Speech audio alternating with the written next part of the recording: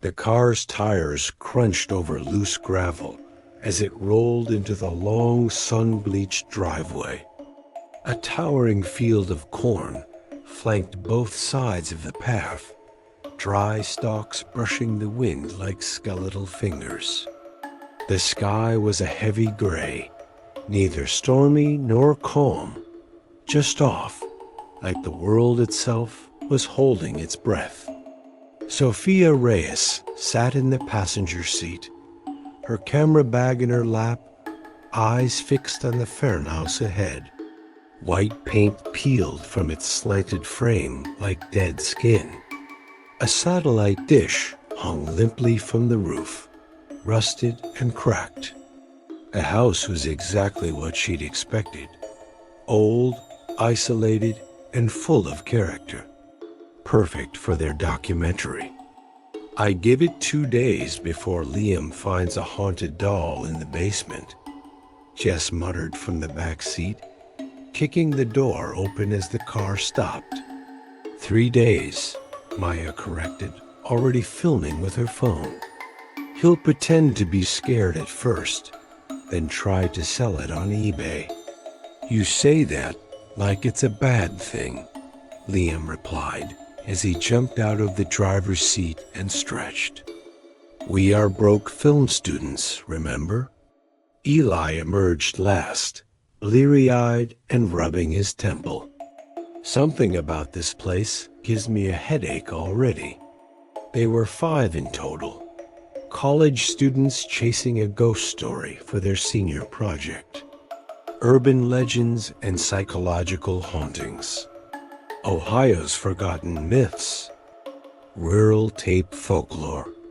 And this place? A farmhouse abandoned since the late 1980s. Cheap to rent and crawling with local lore. The inside of the house was surprisingly intact. No graffiti. No broken windows. Just dust. Thick, undisturbed layers of it clung to shelves, furniture, and windowsills. Time hadn't touched the house as much as it had paused it. It smells like the 80s died in here, Jess said, lighting a clove cigarette and leaning against the doorframe. Eli opened the front closet and froze. A radio sat inside, plugged in but dead. He reached out and turned the knob. Click. Suddenly, the house filled with static, and beneath the fuzz, a soft melody emerged. A warped children's lullaby, slow and off-key. Go to sleep, little one. The radio dial moved on its own, twitching like it was breathing. Then, silence. Okay, Eli said, stepping back. Nope. That's a fun coincidence, Sophia muttered, writing it down in her notebook. Could be useful for atmosphere. Liam walked in from the kitchen, holding a dusty box. He dropped it on the floor with a thud. Found this in the pantry, he said. Mostly junk, but there's this. He pulled out a VHS tape, unmarked, yellowed label, with just one word written in shaky red ink. Ouija. Sophia leaned forward. You're kidding. Dead serious. Check it out. Jess rolled her eyes. So someone left their bootleg horror collection here. Big deal. Liam stared at the tape for a second longer, face oddly blank. Weird, he said quietly. I feel like I've seen this before. What? Sophia asked, looking up. What? Liam blinked. Did I say something? A silence settled between them for a moment. Even the corn outside seemed to go still. Never mind, he muttered. Must have had a déjà vu. Later that afternoon, Sophia explored the attic while the others unpacked gear downstairs. Dust motes floated through the single shaft of amber light. Old books, broken trunks, and torn curtains gave the attic the scent of stale time. In the far corner, something caught her eye. A boarded-up panel behind a stack of crates. Curious, she leaned in and froze. A child's handprint, small, smudged in soot or dried blood, marked the middle of the wood. She didn't scream. Instead, she took out her phone and snapped a photo. Then she whispered to herself, "Document everything. Explain later." But as she turned to leave, she heard it, the faintest sound from behind the wall. A whisper, one word, drawn out like a breath. Wind? She whipped around. Nothing there. As night settled in, the group sat around the old living room testing the electricals. The ancient VCR still worked. The TV's screen hissed with static. The air was colder than it should have been, even for fall. "So, are we watching the tape tonight?" Maya asked. "No way," Jess said. "I'm not starting this Blair Witch reboot until we've had dinner." "We're not watching anything until we inspect the house and get our intro shots tomorrow," Sophia added. "Besides, it's probably just someone's prank tape." But deep down, she wasn't sure. Later, while everyone slept, Maya's camera, set on a tripod in the corner to record time-lapse, powered on by itself. Its lens rotated slightly, then locked onto Sophia sleeping on the couch. The recording light blinked red, and somewhere, faintly, beneath the static of an unplugged TV, the lullaby played again. The next evening arrived with a tension none of them could quite name. Rain pattered lightly against the cracked living room windows. The sky, bruised with storm clouds, cast a dim gray-blue hue through the warped blinds. The farmhouse creaked as if it remembered things the others couldn't. Sophia sat cross-legged on the dusty rug, her notebook in hand, while Maya double-checked the camera settings. "This is just a documentation shot," Sophia reminded them. "No acting, just reactions." "To what?" Jess asked, arms crossed, voice low. "An unlabeled tape that probably just shows someone's dad barbecuing in '87? Liam grinned. "Either that or snuff footage, which is, technically, still good content." Eli, sitting nearest the VCR, hesitated before slipping the tape inside. "You sure we want to do this?" "What do you mean?" Sophia asked. "I don't know," he said. "It feels wrong."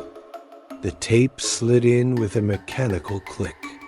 The screen filled with white noise. Then a sudden, harsh cut to video. Date stamp, October 17th, 1987. The footage was grainy, degraded. 5 people sat in a dimly lit room, not unlike the very room they were now in. A Ouija board was laid out in front of them. Candles flickered. The atmosphere on screen was suffocatingly still. There was no music, no narration, just faint crackling from the tape's worn audio. "We begin now," said one man, his voice distorted. "Speak to us." Sophia narrowed her eyes. The man looked directly into the camera, then directly through it. "Sophia," he whispered. Her breath caught. "Did he just say your name?" Maya whispered. Pause it, Eli said. I can't, Liam muttered. The remote's dead. Use the player? Liam hit the stop button. Nothing happened. The video continued. On screen, the 1987 group began arguing. One woman started crying. The camera shook, briefly capturing a mirror across the room that showed a sixth figure standing in the corner. A woman in black, veiled. Static tore through the screen. Then the tape abruptly ended. Blackness. Just as suddenly, the screen flickered again. This time, there was no time stamp. A handheld view of a bedroom, their bedroom, appeared. It slowly moved forward, approaching a bed. Sophia lay there, asleep, the angle stopped by the doorframe, as if watching. Sophia dropped her notebook. That's my room. Wait, how is that on the tape? Jess asked, stepping back. This wasn't there before, Eli said. I swear. The tape ended at the black screen. You rewound it? Maya asked. No, it just started again. The screen fuzzed, then blinked off. The VCR ejected the tape on its own. They all stared at it. We need to catalog this, Sophia said. Her voice shook slightly. Nope, Jess replied, backing away. This is where white people die in movies. She's right, Eli added. That wasn't playback. That was surveillance. Are you sure it was your room? Maya asked Sophia. Yes. The lamp, the blanket, even the mug on the desk. That's today. Liam picked up the tape again. It's warm. It's analog, Sophia said. It can't record. It shouldn't be able to show anything that wasn't already on it. Jess folded her arms tighter. Then someone's messing with us. They fell silent. The air in the house felt heavier now, as if it had noticed them. Later that night, Sophia reviewed the tape again, alone. She paused on the moment the man said her name. Something flickered in the static, a subliminal frame. She clicked through manually, frame by frame. In one of them, barely visible, a single flickering image. Sophia's own face.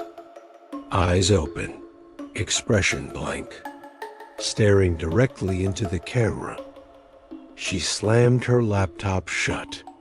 Behind her, the static from the radio downstairs returned, faint but unmistakable. And once more, the warped lullaby played. Go to sleep, little one. The next morning was unusually quiet. The house sat heavy under a blanket of fog. Pale light filtered through the curtains, like it was afraid to touch the floor.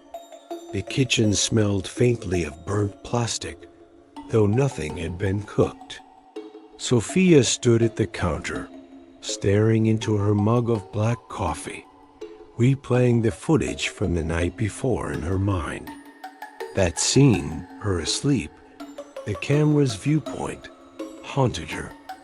It wasn't just that it had been her room. It was the stillness of it, the sense that someone had been in the house, inside her space, inside her life. Morning, Maya said softly, padding into the room. Did you sleep? Sophia asked. Barely. Kept waking up to weird noises in the walls, like dot, dot, dot crawling, slow scratching. Sophia didn't respond. She was staring at the kitchen table where 2 plates were set.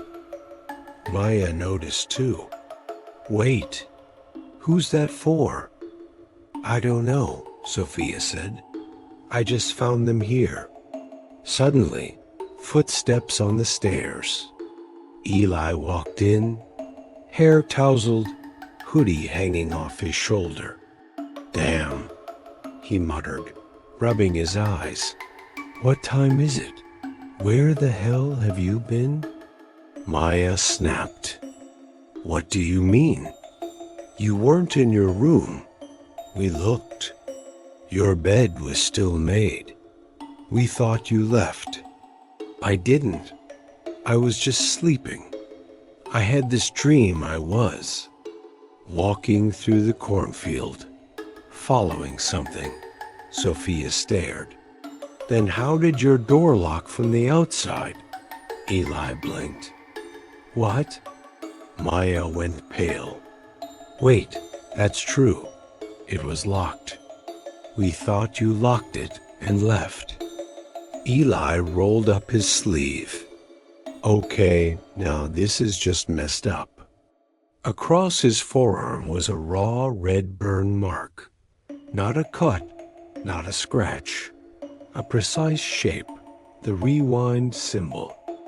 I don't remember doing this, he said, but it's warm. Jess, meanwhile, had spent the morning pacing the upstairs hallway. She'd heard it all night, a soft, rhythmic tapping behind the walls. Like someone or something was trying to dig its way out. She pressed her ear to the bedroom wall and froze. A voice, barely audible, whispered her name. Jess. She jumped back. Okay, screw this. Grabbing a flashlight, she stormed into the attic. Boxes, dust, the same handprint Sophia had seen before. And something new, a trail of small, red waxy footprints leading from the boarded panel to the back corner, where an old answering machine sat, inexplicably plugged into the wall. She hit play. Beep, Jess ... Your next ... Beep, Jess. Can you hear me? Beep, childlike voice. Want to play the tape again? Beep. She turned it off, but the last message kept repeating anyway. Beep. Want to play the tape again? Beep. That night, the group regrouped in the living room. Everyone looked exhausted, faces pale, eyes sunken. No one had slept properly. No one trusted the silence anymore. Sophia pulled out her notebook and drew something quickly. A symbol. This is spreading. It's not just the tape. It's the idea of it. The loop. The time distortion. So what do we do? Maya asked. Leave? And take it with us? Sophia said. What if it's attached to us, not the house? Eli was staring at the television, which was off. But his reflection in the black screen wasn't sitting. It was standing right behind him. Guys? He whispered. But when he turned around, nothing. The group retired to their rooms early. Sophia lay awake, staring at the ceiling, listening for the lullaby. It didn't come. But at 3:33 a.m., her alarm went off, even though she hadn't set one. She sat up. On her desk sat the VHS tape. It hadn't been there before. And just outside her door, footsteps, slow, dragging, unnatural, passed down the hall. The next morning, the kitchen was perfectly clean. No plates, no cups, no sign of breakfast. Jess walked in, eyes bloodshot. Guys ... do.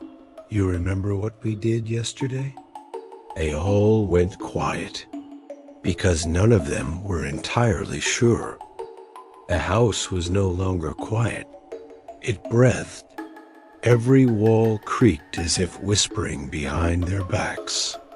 Doors shifted without touch. The static hum of electronics persisted even when the power was off. Something had changed since Eli's return and Jess's answering machine discovery. They'd all felt it. Sophia stood in the center of the living room, holding the Ouija board they'd found earlier, tucked beneath the floorboards in the attic, wrapped in black fabric. Burn marks and dark symbols lined its edges like veins. It reeked of something old, candle wax, iron, and rot. "This is reckless," Jess said, arms crossed but eyes glued to the board. "Everything we've done so far has been reckless," Maya muttered. "At least this time we're doing it with a camera rolling." Eli set up the tripod and hit record. Liam sat on the floor, quieter than usual. "Let's just ask," Sophia said. "Who made the tape?" The candles were lit. The lights were off. They placed their fingers on the planchette. "Is anyone here with us?" Sophia asked. Nothing. Silence. Then, faintly, a clicking sound, not from the board, but from the VCR behind them. It whirred. A green light flicked on its own. Then, the planchette twitched. "Was that someone moving it?" Jess asked sharply. No one answered. It moved again, slow, deliberate, dragging across the board like something underneath was pulling it. First, J, then E, then S, then S. "Oh my God," Maya whispered. "Jess." The planchette stopped.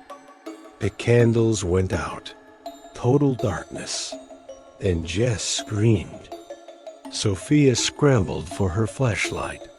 The beam hit Jess, standing, eyes wide, blood trickling from both her tear ducts. "It's in my head," Jess whispered. "Something's inside me."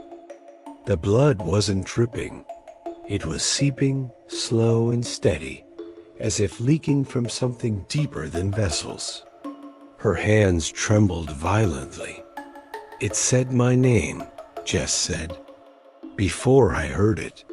Inside, like it knew I'd be here." She collapsed to her knees, convulsing slightly. Eli moved to help, but the TV burst on full static. Then it switched channels by itself, cycling through empty stations before cutting to black. A moment later, a new image appeared. This wasn't the 1987 group. It wasn't them. On screen was a completely different group of people. Young adults in modern clothes, sitting in a similar circle with the same Ouija board. A different room. Different faces. One girl was sobbing. One man stood in the corner, muttering to himself. They were watching something. On screen, in the reflection of a TV, you could faintly see the same tape Sophia's group had watched 2 nights ago. The man in 1987 whispering, "Sophia." "Wait," Maya breathed. Are they watching us?" On screen, one man in the third group turned directly toward their camera. He pointed, then screamed. The screen filled with static, then darkness. The tape ejected itself violently. The TV shut off. The room dropped in temperature like a basement freezer. The planchette cracked in half with a dry snap. Jess's nose bled. Sophia's ears rang. Maya's camcorder blinked system error. That wasn't old footage, Sophia said, breath ragged. That was new. That was another group, present day. So what? This thing spreads? Eli said. Like a virus? Like it's recording whoever watches it and replays them for someone else, Liam added, eyes wide. We're just the next file in the chain. Jess lay down on the couch, shaking. The blood had stopped, but her eyes remained unfocused. She was there again, she whispered, the woman in black, standing behind us, watching. Sophia scanned the room. Nothing. But the static in her ears returned, faintly. A soft whisper behind it. Rewind, play again. That night, none of them slept. And in the footage they recorded, later reviewed in a panic, frame by frame, they discovered something that hadn't been visible during the session. A veiled figure standing in the reflection of the TV, unmoving while they sat in the circle, watching. Sophia sat cross-legged in the hallway, staring at the humming television even though it was turned off. Its screen, black, reflective, faintly pulsed. She could see her own face in it, but something was off. Her reflection blinked later than she did. You're not sleeping, Maya said, crouching beside her. I don't think I've actually woken up, Sophia murmured. None of this feels linear anymore. Downstairs, Jess hadn't spoken since the Ouija session. She rocked slowly on the edge of the couch, bloodstains beneath her eyes like bruises from a fight she couldn't remember. Eli had locked himself in the guest room, claiming he saw repeats in the hallway. Versions of them walking past the same room again and again. Liam, meanwhile, had gone silent. And Sophia? She couldn't shake the thought that she'd seen this before. All of this. Like they were playing out a scene already scripted. That evening, Maya reviewed their session footage on her laptop. The camera had glitched halfway through the Ouija ritual, but some footage survived. As she scrubbed through the timeline, something caught her attention. Between frames, a momentary flicker. She slowed it to 10% speed and watched it frame by frame. There it was, an image of the group sleeping, not at the table, not during the session. They were in their beds, now, in the present, but somehow on the tape, filmed from a high, motionless angle in the ceiling corner. Guys, Maya whispered, you need to see this. They gathered around the screen. That's me, Liam said. That's my room. But we've never filmed there, Sophia added. Maya looked at the timestamp. 0 hours, 0 minutes, and 0 seconds. Like the footage had always existed outside of time. Maya rewound further. She paused on a section filled with garbled audio, a layer of voices beneath static. It's just distortion, Liam said. No, it's speech, Maya insisted. But it's reversed. She ran the audio through editing software, reversing the waveform. They played it back. A deep, slow voice emerged, distorted and wet, like it had come from the bottom of a lake. You ... already died. No one spoke. The room seemed to pull in on itself, the air suddenly thick. Jess let out a low moan from the couch. They're watching, she murmured. They're still watching. Later that night, Sophia sat alone in the attic, staring at the Ouija board's broken planchette in her palm. Her mind raced with every clue, every glitch, every misstep. She opened her notebook, flipping through erratic scribbles and timeline inconsistencies she'd recorded over the past few days. "Time isn't breaking," she said aloud. "It's looping." She looked up at the dusty attic mirror. Her own face seemed uncertain, pixelated at the edges. "What if we're not being haunted?" she whispered. "But recorded?" She stared into her own reflection. What if we've been recorded the entire time, and what we're seeing now are playback glitches? Residual noise bleeding through from when we were still alive. Behind her, the answering machine in the corner clicked on again, even though it was unplugged. Beep. She's almost figured it out. Beep.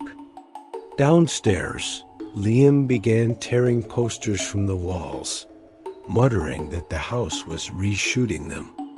He claimed he'd seen Maya walk past him, twice, wearing different clothes each time. "I swear, she said something different each time. It was like ... alternate takes." Eli joined him, equally frantic. "I'm having the same dreams over and over. Same weather, same bird call, same thoughts, like I'm reading a script." Sophia, descending the stairs slowly, spoke flatly. "Because we are." That night, unable to rest, Sophia returned to Maya's laptop. She opened the raw video files again and discovered a folder she hadn't seen before, marked only live_feed. Inside, dozens of video files, each labeled with the names of their rooms, each time-stamped with current time, each showing their rooms live and from impossible angles, inside drawers, air vents, under beds. Then she opened one marked attic view. It showed her watching the laptop. She shut it quickly. The radio crackled behind her, and a voice whispered, "Play it again." Morning came, but no one trusted it. The light outside was pale and colorless, the kind of daylight that felt artificial, constructed. Time no longer moved in rhythm. It jittered like a bad edit. Birds chirped on a loop. A clock on the wall reset itself twice within 10 minutes. Sophia sat silently on the floor, watching the VCR. It hadn't moved in hours. The tape, the original, sat inside like a waiting mouth. No one dared touch it. Maya entered, holding a VHS tape that hadn't been there the night before. "This was outside my door," she said. "No label except for this."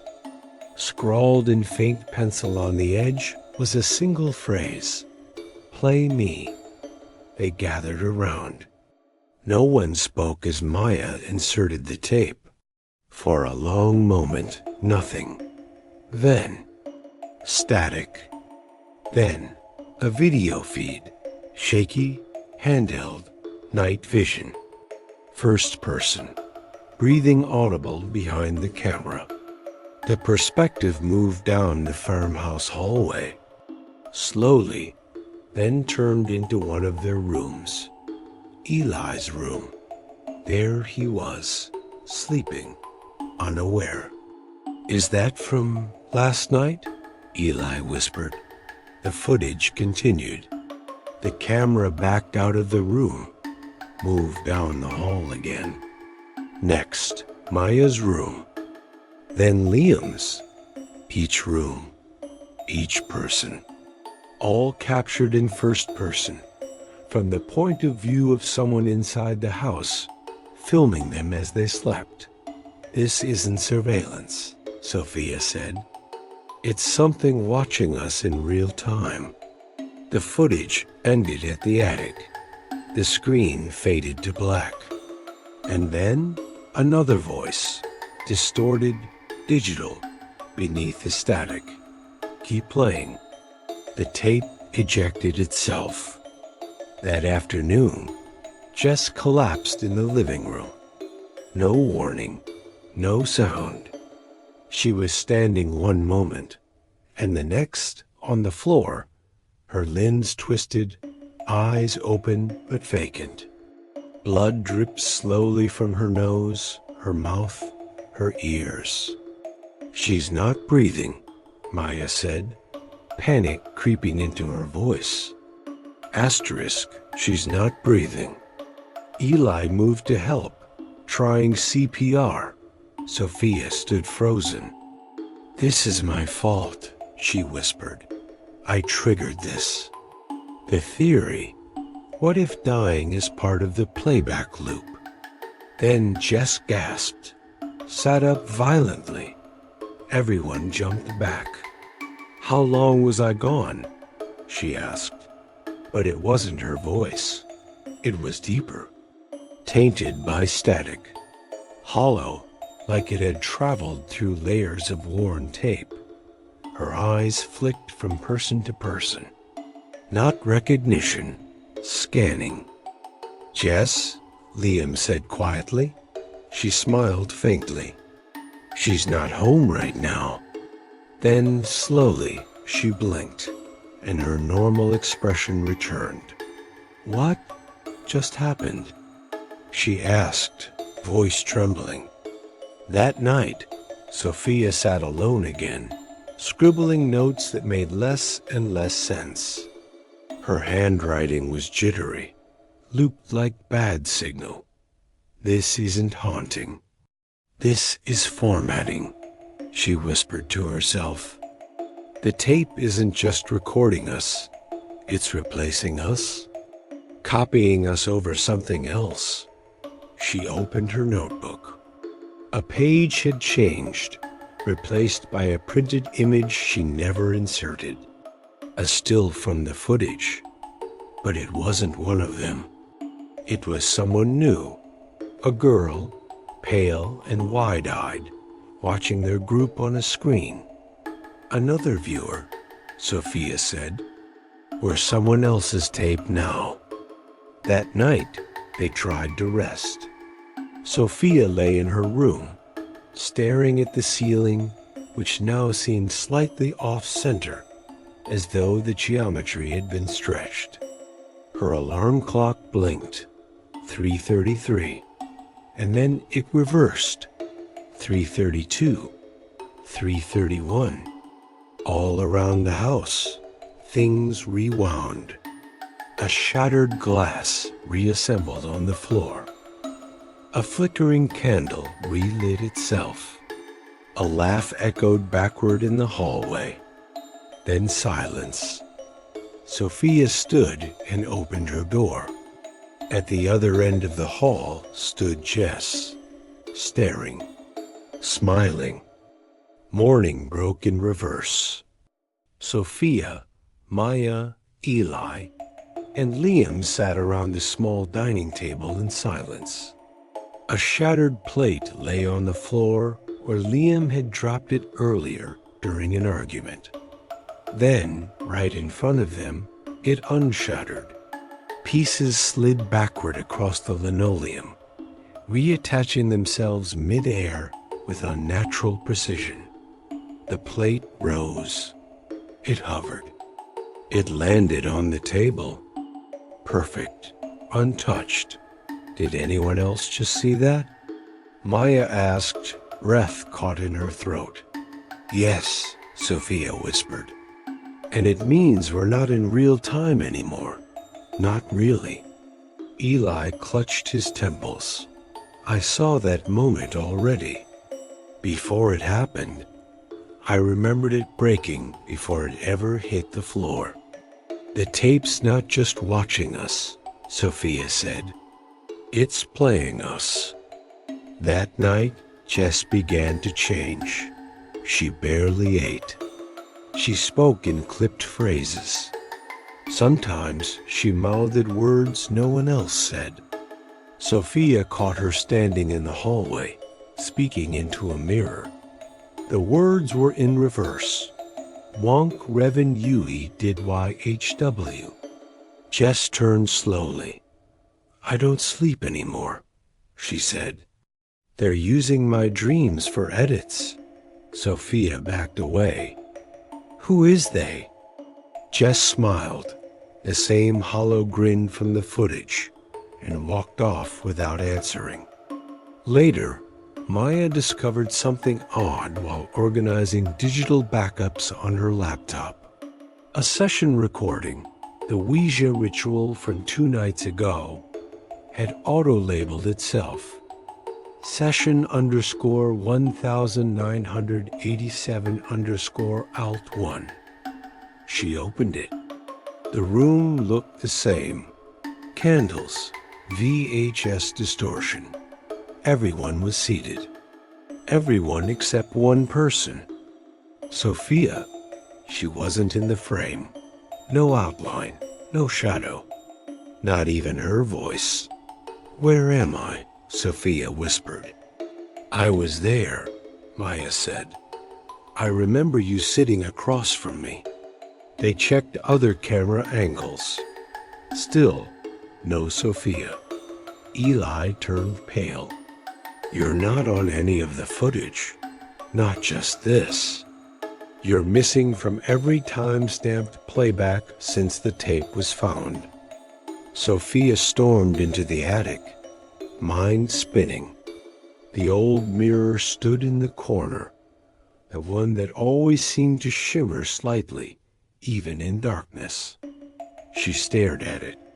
This time, her reflection didn't move. "I'm not real," she whispered. Her reflection tilted its head and whispered back, not with her voice. "Not anymore." The mirror cracked across its center. A low hiss of static bled into the room.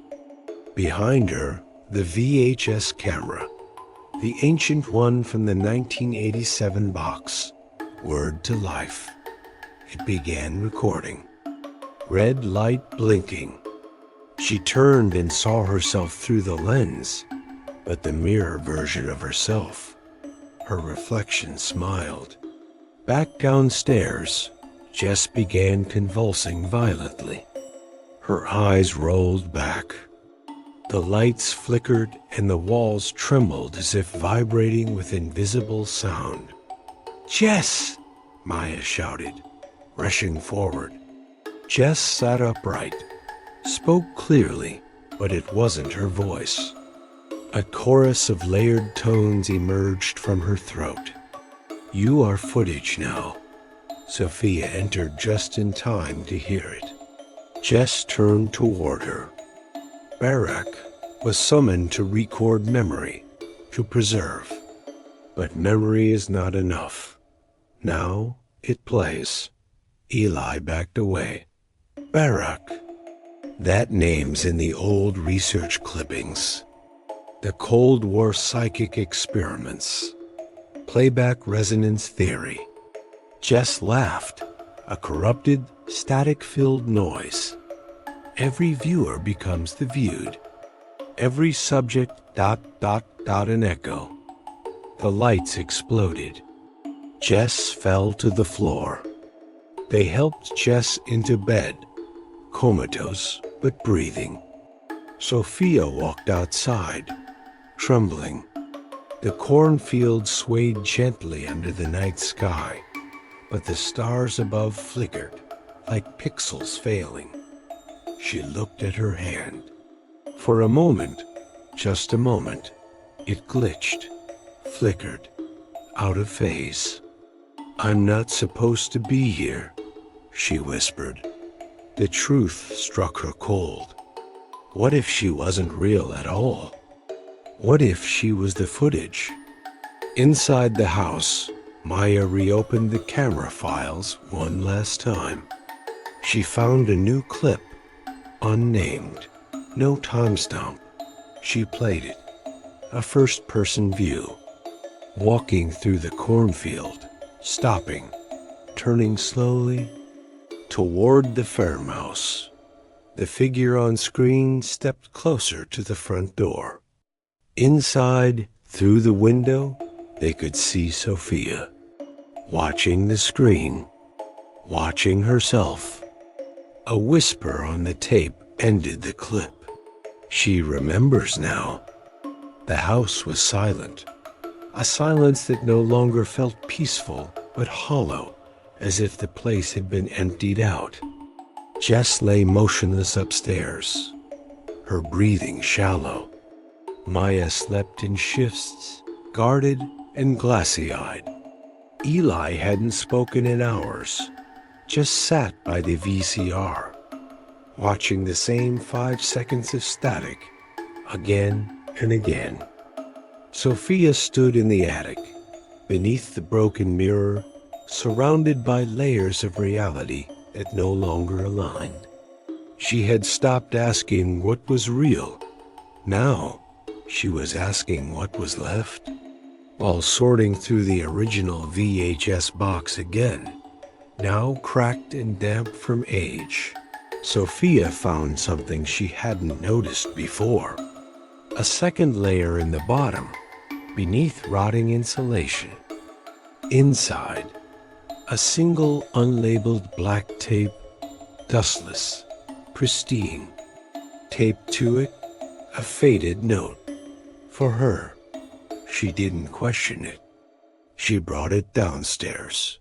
"You're going to play it?" Maya asked. "I don't think I have a choice anymore," Sophia replied. She slid the tape into the VCR. It clicked. It began. No date stamp.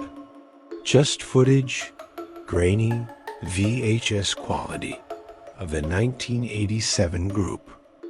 Mark Kendricks, the leader, is speaking into the camera, initiating the seance. The camera slowly zooms out. It pans. And for the first time, we see the person filming. It's Sophia. Younger, perhaps, or simply herself as she is now, standing behind the camera, directing the ritual. She drops the camera, and the shot ends on her boots stepping forward into the circle. "No," Sophia muttered. "This can't be." Maya covered her mouth. "How is that even possible?" Eli stared blankly. "She's the source," he whispered. "Or the copy of the source. Or the echo of the one who started it." Sophia understood now. Barak wasn't a demon. It was a format. A recording god, a being born not from hell, but from media. From fear captured and replayed until it became real. She was the original frame. Or maybe just the first frame still left. She retrieved the damaged camcorder, inserted a blank tape, set it on the tripod in the attic, pressed record. Then she sat in front of it and spoke. "This is for whoever watches next. This is the closing frame. The trap resets only when it has content, so I'll give it one last scene." She lights the candles, sets the board. "Barak," she says, "take me." End the loop. The room vibrates. The footage glitches.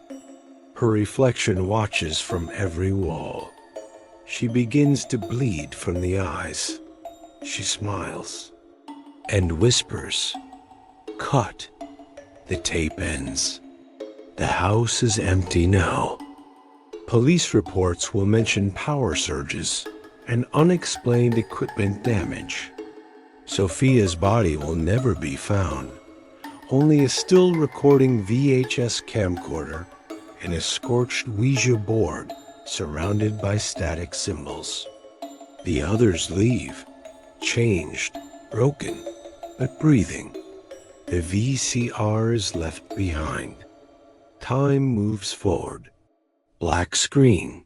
Then, a loading cursor. A YouTube channel interface appears.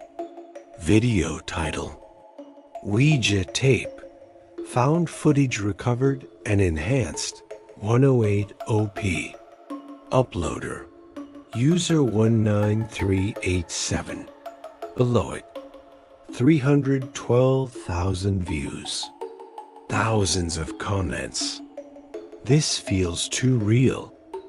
I heard my name in the static. Who else saw the girl blink after the video ended? The video begins to play. It's the original tape, a 1987 session. The footage glitches. And deep in the static, Sophia's voice, distorted, whispers. Rewind.